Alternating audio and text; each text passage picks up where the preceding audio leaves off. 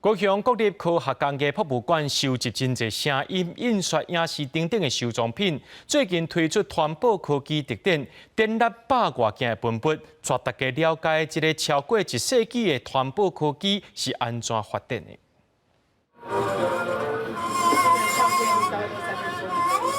这台古董的留声机，由收藏者长期干那到大家会当唱出音乐。高雄科工馆推出环保科技特展，为过去也无手机啊、电脑时人是安怎联络，到大科技愈来愈进步，环保科技演变过程，包括世界上世代留声机、全台第1台 Sony Walkman 超过2triệu元的电影机啊等等，来展出1世纪前的环保历史。感觉手机仔的进步真厉害。 馆了这边，我感觉学到真济。我上趣味的是迄个电话进步，我感觉真厉害。有看到迄变声器，会当互查某的声变查某的声，查某的声变查某的声。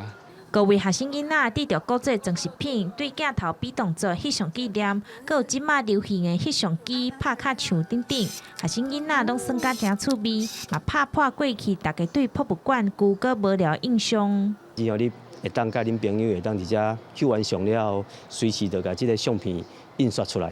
吼啊！另外，我嘛伫阮即个店内底吼，有设计一个会当互你感觉伫电影、迄个电视的即个摄影棚内底，敢若伫翕相，啊，咧学习访问的即个场景。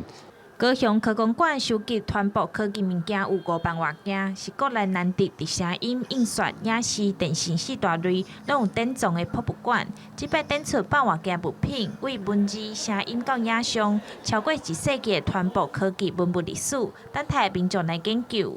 记者钟义辉、邱昭勇高雄报道。